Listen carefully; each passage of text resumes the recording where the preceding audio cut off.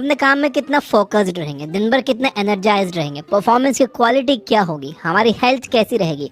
Heart disease, cancer, Alzheimer जैसी बड़ी बीमारियों का होना ना होना भी हमारी नींद की क्वालिटी और सोने के तरीके पर डिपेंड करता है। द ल्यूसेंट में छपी एक स्टडी बताती है कि जो लोग अच्छे से नहीं सोते वो अच्छी नींद लेने वालों के कंपैरिजन में काम कंप्लीट करने में 14% ज़्यादा टाइम लेते हैं और 20% ज़्यादा गलतियां करते हैं। सिर्फ 24 घंटे के स्लीप डेप्रिवेशन की वजह से हमारे ब्रेन में 6% ग्लूकोज की कमी आ जाती है। इसका रिजल्ट ये होता है कि हमारी थिंकिंग एबिलिटी पर इफेक्ट होता है और हमारी क्लैरिटी कम होने लगती है। आसान भाषा में बोलूँ तो अच्छे से ना सोने की वजह से हम इडियट होने लग जाते हैं, थोड़े से हम बेवकूफ़ हो जाते हैं, हमारा दिमाग ब्लंट होने लग जाता है। सिर्फ ब्रेन नहीं, इसका बॉडी पर भी गहरा असर पड़ता है। जब हमारे ब्रेन में ग्लूकोज कम होने लगता है तो ये बॉडी से ग्लूकोज की डिमांड करने लगता है, जिससे हमें जंक फूड की क्रेविंग होने लगती है और अल्टीमेटली हमारी फिजिकल हेल्थ भी डेंजर में पड़ जाती है।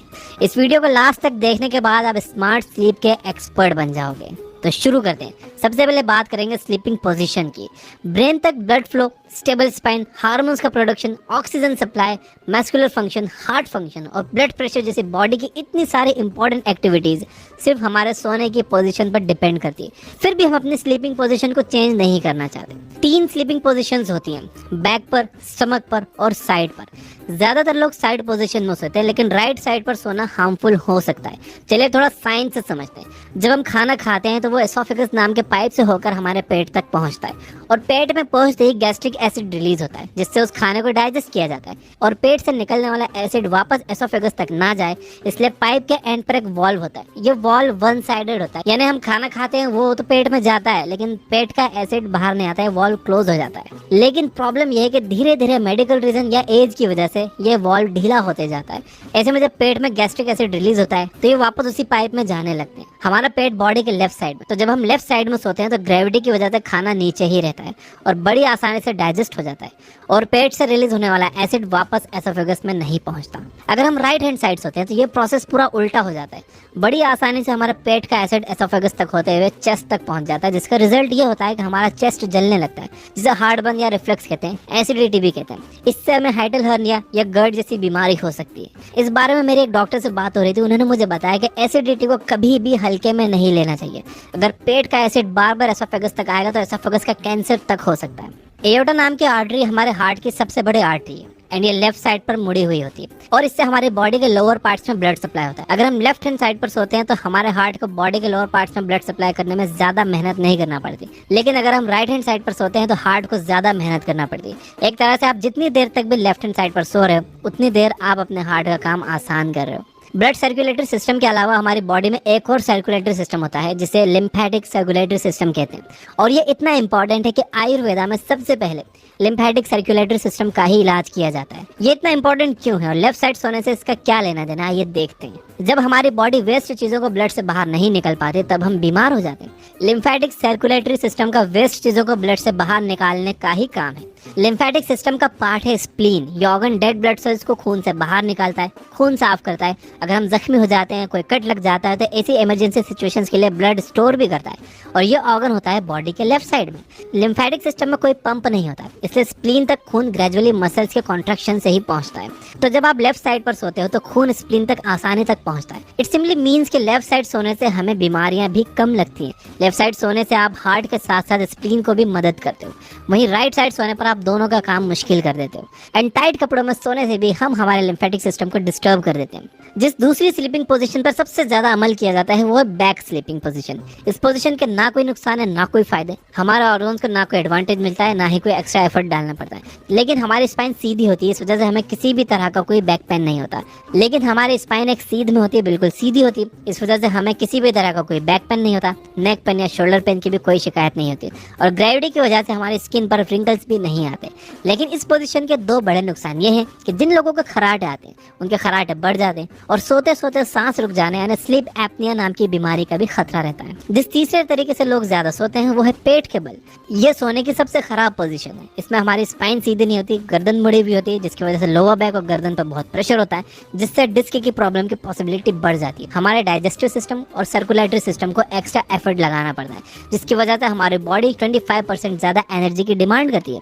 तब भी इस पोजीशन का एक फायदा है कि जिन लोगों को खराटे बहुत ज्यादा आते हैं उनकी ये प्रॉब्लम थोड़ी सी कम हो जाती है। स्लीप पोजीशन कोई नेचुरल चीज नहीं है, एक हैबिट है जिसे वक्त के साथ बदला जा सकता है। इसलिए खास तौर पर जो लोग पेट के बल सोते हैं वो धीरे धीरे प्रैक्टिस करके लेफ्ट साइड सोने की आदत डाल सकते हैं।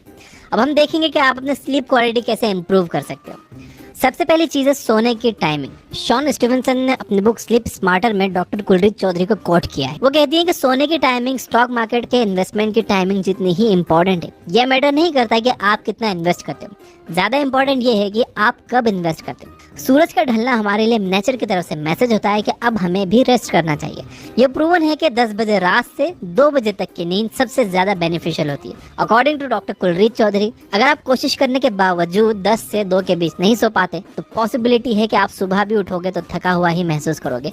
यहाँ ये मतलब नहीं है कि जैसे ही 10 बजे फौरन सोने चले जाओ, क्योंकि ऐसा तो पॉसिबल ही नहीं हो पाएगा। ट्राई करिए कि आप सूरज ढलने के कुछ घंटों के अंदर ही सो जाए। दूसरी चीज है इलेक्ट्रॉनिक गैजेट्स को दूर कर दीजिए। मोबाइल और लैपटॉप वगैरह से निकलने वाली आर्टिफिशियल ब्लू लाइट हमें सोने नहीं देती, क्योंकि ये लाइट बॉडी में मौजूद डे टाइम हार्मोन कोर्टिसोल को ट्रिगर करती है। रिसर्च बताती है कि अगर आप रात में सिर्फ 2 घंटे फोन यूज करते हो तो ये नाइट टाइम में रिलीज होने वाले मेलाटोनिन को कम कर देता है, जिससे हमारी नॉर्मल स्लीप साइकिल डिस्टर्ब हो जाती है। अगर आप डीप स्लीप चाहते हो तो सोने से कम 90 मिनट्स पहले ही किसी भी तरह की स्क्रीन से दूर हो जाइए। इस बात से तो हम बिल्कुल डिनाई नहीं कर सकते कि हम में से मैक्सिमम लोग फोन को अपने साइड में रखकर सोते हैं। अक्सर हम फोन यूज करते करते ही सो जाते हैं, और फोन कहाँ होता है? हमारे चेस्ट पर या हमारे बिलों के नीचे। सोकर उठने पर सबसे पहला काम होता है फोन टच करना। मोबाइल कंपनीज ने खुद एक स्टडी स्पॉन्सर की जिसमें पता चला कि सोने से पहले फोन यूज करने से डीप स्लीप स्टेज में पहुंचने में टाइम लगता है। इसलिए हमारी डीप स्लीप का टाइम पीरियड बहुत कम हो जाता है, हमारी बॉडी रिपेयर नहीं हो पाती और अगले दिन की परफॉर्मेंस डिस्टर्ब हो जाती है। स्लीप स्मार्टर बुक में ऑथर शॉन स्टीवनसन बताते हैं कि अगर आप अपनी लाइफ टाइम में 5,500 से ज्यादा फोन कॉल्स रिसीव करते हो तो पैराटाइड ट्यूमर के 58% चांसेस बढ़ जाते हैं। 266 आवर्स से ज्यादा फोन पे बात करते हो तो ये चांसेस 49% हो जाता है। मोरल ऑफ द स्टोरी ये है कि जितना हो सके अपने बॉडी से फोन को दूर रखिए। इवन वर्ल्ड हेल्थ ऑर्गेनाइजेशन ने भी फोन से निकलने वाले रेडिएशन को क्लास 2B कार्सिनोजन के तौर पर क्लासिफाइड किया। तो एक काम ये करो कि आप अलार्म क्लॉक ले आओ ताकि आप फोन और उसके हार्मफुल रेडिएशन से दूर रह सको। तीसरी चीज, अपने रूम को डार्क रखो। क्या आप जानते हो कि हमारी स्किन देख सकती है? स्किन में मौजूद रिसेप्टर्स लाइट को आइडेंटिफाई कर सकते हैं। मतलब हमारी बॉडी को यह पता करने के लिए कि लाइट जल रही है या नहीं आंखें खोलने की जरूरत नहीं है। ब्राउन यूनिवर्सिटी के रिसर्चर्स का कहना है कि अगर आप रूम की लाइट जलाकर सोते हो तो आपकी स्किन इसे आइडेंटिफाई करके ब्रेन को मैसेज भेजने लगती है, और ब्रेन और स्किन के बीच कम्युनिकेशन स्टार्ट होते ही आपकी नींद डिस्टर्ब हो जाती है। आज सोने से पहले एक काम करो, अपने रूम की सभी लाइट्स को ऑफ करके रखो और बाहर से आने वाली लाइट को रोकने के लिए ब्लैकआउट कर्टन्स लगा दो।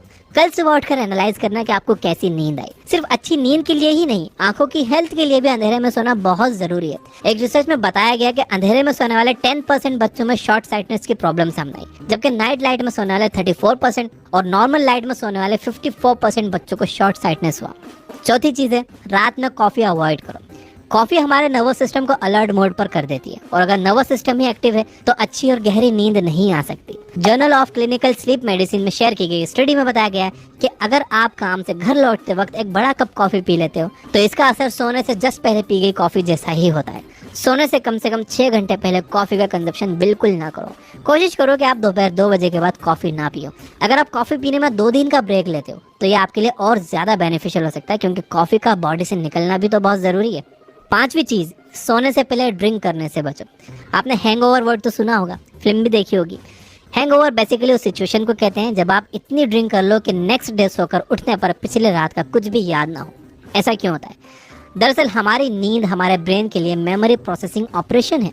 इसी दौरान हमारा ब्रेन शॉर्ट टर्म मेमोरी को लॉन्ग टर्म मेमोरी में कन्वर्ट करता है, और ये तभी पॉसिबल है जब हम गहरी नींद में हो। ड्रिंक करने से नींद तो जल्दी आ जाती है, लेकिन नींद की क्वालिटी खराब हो जाती है। इसलिए ड्रिंक करने वाला बंदा जब नेक्स्ट डे उठता है तो उसे थकान महसूस होती है, बिकॉज वो सोया तो जरूर है लेकिन उसकी बॉडी रिपेयर नहीं हो पाई। जो लोग बहुत ज्यादा ड्रिंक करके हैंगओवर की स्टेट में पहुंचते हैं उन्हें फिजिकल वीकनेस तो महसूस होती है, साथ ही पिछली रात का कुछ भी याद नहीं रहता, क्योंकि वो गहरी नींद नहीं ले पाए, जिसकी वजह से brain memory processing operation perform नहीं कर पाया और short term memory long term में कन्वर्ट नहीं हो पाई। तो दोस्तों, इस वीडियो की बातें मैंने आपको बताई शॉन स्टीवनसन की बुक स्लीप स्मार्टर से। इस वीडियो को अगर हम फिर से समराइज करें तो सबसे पहले मैंने आपको बताया कि सोने की पोजीशन कितनी इंपॉर्टेंट है और लेफ्ट साइड सोने के कितने फायदे हैं। इसके बाद हमने देखा कि हम अपनी स्लीप क्वालिटी को कैसे इंप्रूव कर सकते हैं। तो पहली चीज़ है कि सोने की टाइमिंग, रात को 10 बजे से रात को 2 बजे की नींद सबसे ज़्यादा बेनिफिशियल होती है। कोशिश करिए इस बीच में आप सो जाओ। दूसरी चीज़ है, इलेक्ट्रॉनिक गैजेट्स को दूर रखो, क्योंकि लैपटॉप और फोन वगैरह से निकलने वाली जो आर्टिफिशियल ब्लू लाइट होती है वो हमारे डे टाइम हार्मोन कॉर्टिसोल को ट्रिगर करती है, जबकि हमारे नाइट टाइम हार्मोन मेलाटोनिन को कम कर देती है, जिसकी वजह से हमें अच्छी नींद नहीं आती। तीसरी चीज हमने ये देखी कि अपने रूम को डार्क रखना चाहिए, क्योंकि हमारी स्किन में मौजूद रिसेप्टर्स लाइट को आइडेंटिफाई कर लेते हैं। इसे डार्क रूम में सोने से हमें ज्यादा अच्छी और गहरी नींद आती है। चौथी चीज़ जो हमने देखी वो ये कि हमें कॉफ़ी अवॉइड करना चाहिए, क्योंकि कॉफ़ी नर्वस सिस्टम को एक्टिव कर देता है, और जब तक आपका नर्वस सिस्टम एक्टिव है आपको अच्छी और गहरी नींद नहीं आ सकती। और पांचवी चीज़ हमने ये देखी कि सोने से पहले ड्रिंक करने से बचना चाहिए, बल्कि मैं तो कहूँगा पूरी ज़िंदगी आपको ड्रिंक करने से बचना चाहिए। और यहाँ हमने ये देखा कि सोने से पहले ड्रिंक करने की वजह से हम गहरी नींद नहीं ले पाते, जिसकी वजह से हमारा ब्रेन मेमोरी प्रोसेसिंग ऑपरेशन नहीं कर पाता और हमें कल रात का कुछ भी याद नहीं रहता। एक तरह से हम अपने दिमाग को भी बर्बाद कर रहे हैं ड्रिंक करके, नशे करके। वीडियो काम का लगा हो तो लाइक ज़रूर करना, सब्सक्राइब नहीं किया तो सब्सक्राइब कर लेना।